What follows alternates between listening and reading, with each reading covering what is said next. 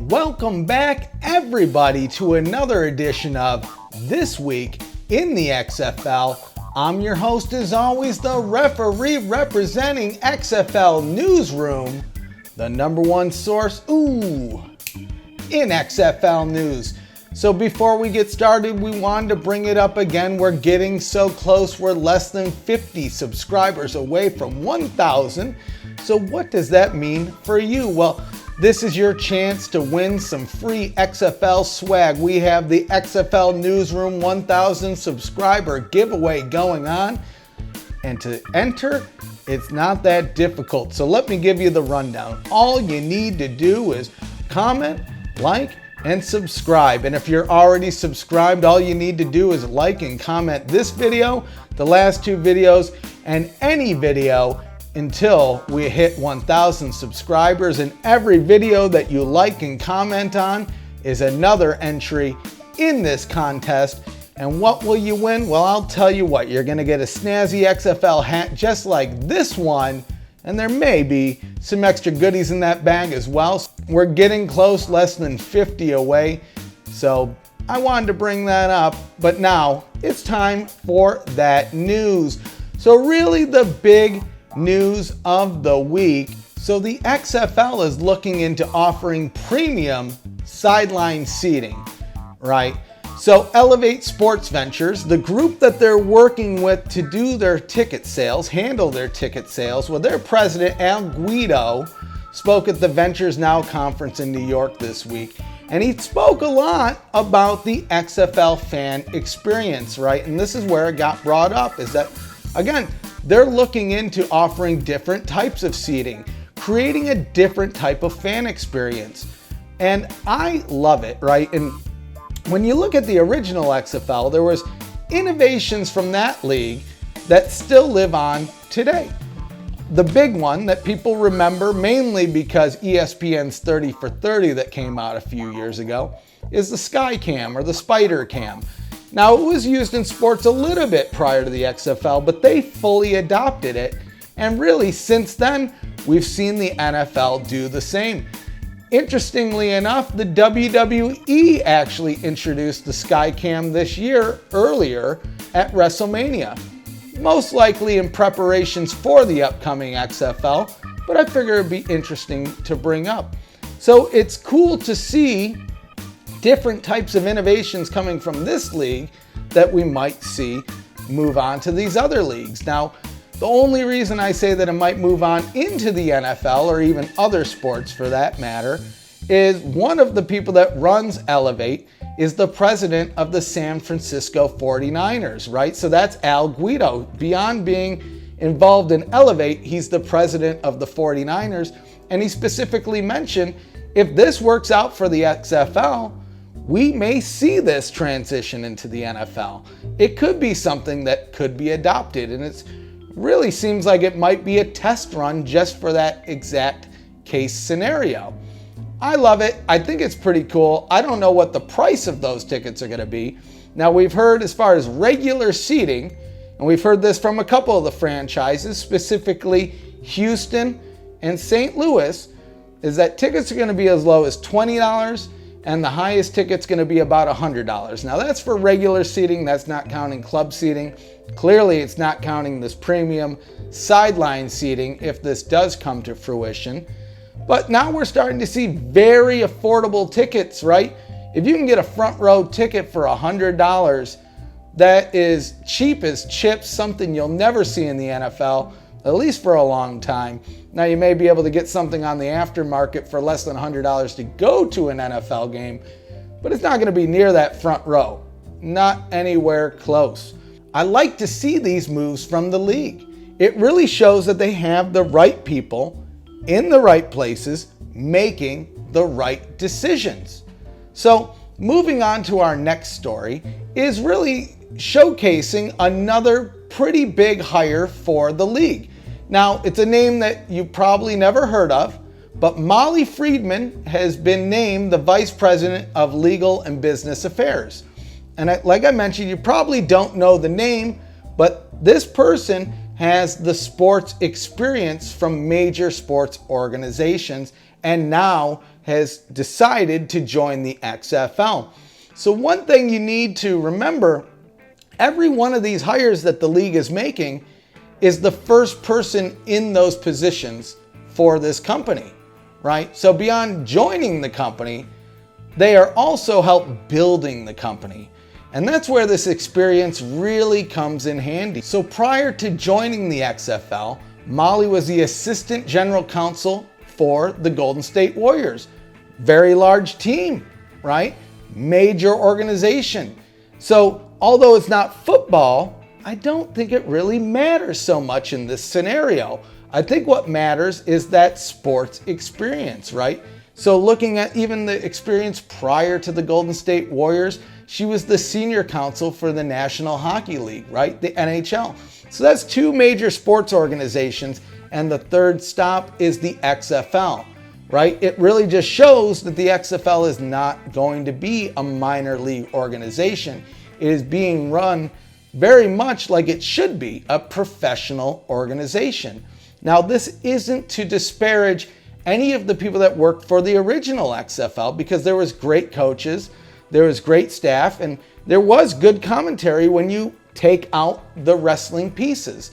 But ultimately, I feel, my opinion, the wrestling aspect is why the original XFL didn't succeed, right? The quality of play wasn't great, but it also didn't have the time to gel. It didn't have that second season that I expect we're going to get with, not even that I expect that we're going to get with this XFL. I know we're going to get it. Now, if we get past that second season, the sky's the limit, right? Because this time around, the league is focusing on the things that matter. Football. Not bringing wrestling fans into football, because sure, those people may come over anyway, but your focus should be on your regular, everyday Sunday football Joe, the guy that likes college football, the guy that likes NFL, the guy that even likes CFL and high school football. All of those people are the target. Now, sure, wrestling fans, you can advertise at Raw and SmackDown, but it still isn't the main focus. That isn't where the league is headed. And you can see that with all of the hires. So this one, all the way down the line from the coaches and everybody filling out those staff roles. They're all coming with some type of sports experience. And they're looking at it from that angle. And you can already see things are much different this time around, right? We have the team identities, and again, this is just me looking at it. I think all 8 of them be all 8 of the original. Both logos and the names. And again, that's just little old me. But if you have something to say, let us know in the comments down below. Or hey, click the link in the description for the Discord, because we're growing people every day, and it's a great place to hang out with other like-minded XFL fans just like you. So regardless, the league is making their moves. There's still a couple things that we're waiting on, so it's nice to see these hires, right? So the big things that we're still kind of holding out for here is that official rule book, which should be coming anytime soon, right? They said around the end of summer, early fall. We're there now. And then the big one clearly is the XFL Draft that's going to take place next month. We've heard anywhere between early to mid-October, and we've even heard dates speculated. So the 15th and the 16th were some dates that were thrown out by the Houston Roughnecks head coach, June Jones. He's been pretty accurate in the past, so I wouldn't put it past that being correct, but we don't know. There's no solid information there. There's no official announcement. But I would assume if anybody would know, it would be one of the coaches, right? They're ramping up, they're scouting these players now to get in preparation for the draft. You know, we've also even heard rumors that there may be multiple drafts. We don't know what that really means. Could it mean, you know, that we looked at the tier 1 quarterbacks, right? Are they going to be assigned, allotted?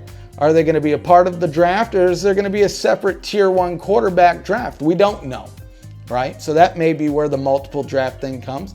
But from what we understand, regardless of the multiple drafts, this draft coming in October is going to be the draft, right? This is the main draft. This is where we're seeing the players that participated in the summer showcase, players that participated in the spring league, and even players that didn't participate in either, right? So we have Landry Jones signed. He's a Tier 1 quarterback, but we don't know how that's going to work yet.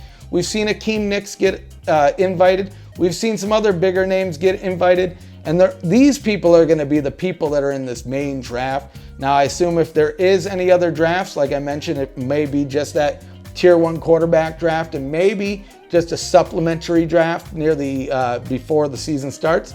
But time will tell. We're getting close to the big draft, and that's what really gets me excited.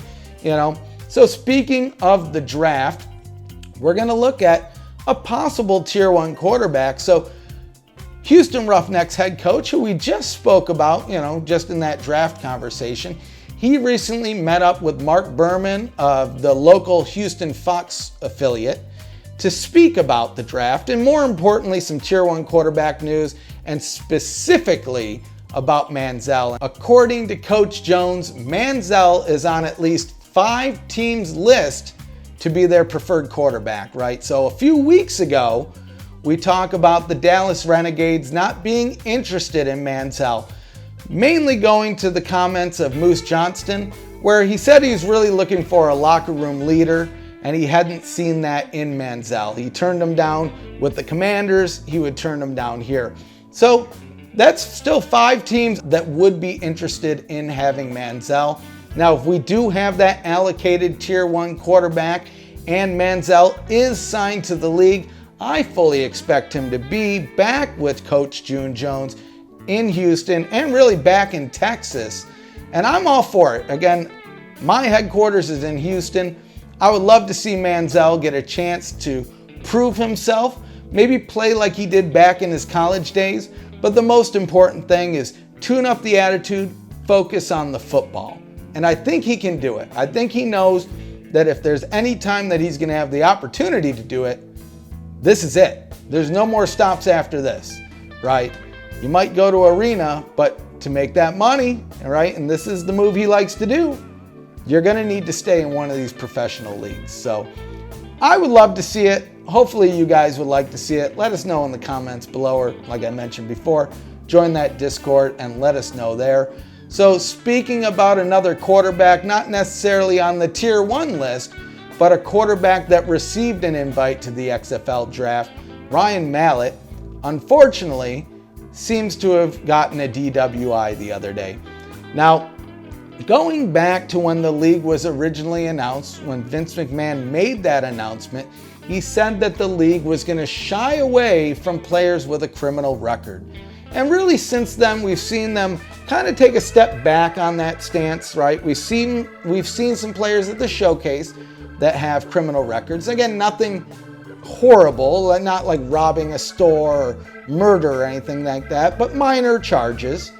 So I don't think it necessarily takes him out of the running for the draft. He's not going to be ineligible. But it definitely, the timing does hurt his chances, right? If anything, he might drop down that draft list where he may have been drafted higher, he may get drafted lower. It really all comes down to the coaching staffs, right? So again, looking at Moose Johnston's comments on Manziel, he wants a locker room leader, someone he can depend on, someone he knows is going to be at practice the next day, that he doesn't have to bail out of jail. And I don't think that is the case with Ryan here. Things happen, right? According to the report, he had a blood alcohol level of 0.08, which is right at the limit. It's not to say that that's a good thing, right? But he wasn't hammered. And I don't want to make excuses. I don't think anybody should drive drunk. Bad things can happen. But I don't think, like I said, this is going to eliminate him from the process. It may hurt his chances. The timing probably couldn't be any worse other than maybe the week of the draft. But, time will tell. We wish him good luck. Hopefully everything works out. Hopefully, like I said, I would love to see him in the league, right? We know he's not a Tier 1 quarterback, so he's going to be a part of the draft one way or another. So we'll just have to see how that fleshes out, right? Like we mentioned, draft's about a month away. We're here on the 15th or the 16th. We don't know if that date is correct. we're still waiting on an official announcement. And sticking on that quarterback news, we're going to talk about Cardale Jones. We spoke about him last week, specifically around Norm Chow, offensive coordinator for the LA Wildcats. Really had his eye on him after he was dropped by the Chargers. So unfortunately for Chow and LA, he has been signed by Seattle. Interestingly enough, we've been talking about that battle in Seattle there to be on their practice squad. So doesn't look like we're going to see Cardale Jones in the XFL. Interestingly enough, though, we are starting to see some of the teams in the NFL do things just a little bit differently, right? So if you look at the Steelers, they have 3 quarterbacks on the roster. We're starting to see some of these other teams pick up these backups where I don't know if they necessarily would if the XFL wasn't going to be around in the fall, right? Because one thing to keep in mind, if you're signing up to play in the XFL, you can't play in college or the NFL this season, right? This is primarily for practicing, getting ready, gelling with your team's draft, learning the playbook, all that. So we're seeing a little bit of change in focus here. Now, there is always those rumors that the NFL might go and draft in 2020, 2021.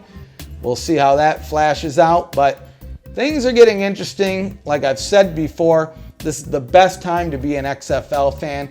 We're seeing things build out. We're learning new things every day. In a couple years after the league is established, it'll be fun, but it won't be as exciting because, like I said, we don't know what the future is. We don't know what the official rule book is. We have a good understanding what the rules may be, but we don't know what they are 100% just yet. And that's why I love it. So stick with us. We'll stick with you. We'll keep bringing you the news. Make sure you're checking out xflnewsroom.com daily. There's a reason we're the #1 source in XFL news. And make sure you tune in Friday at the same time on YouTube every week because you know what time it is? It's time for This Week in the XFL. But hey, before you go, if you didn't know, we're also on Facebook and Twitter. Give us a follow at XFL Newsroom. Pretty sweet handle if you ask me, so sign you up. And since we're on YouTube, make sure you drop a like, comment, subscribe, and hit that bell to see when we're dropping new videos. Some are going to be live and some are going to be pre-recorded just like this one. So until next time, sign you up.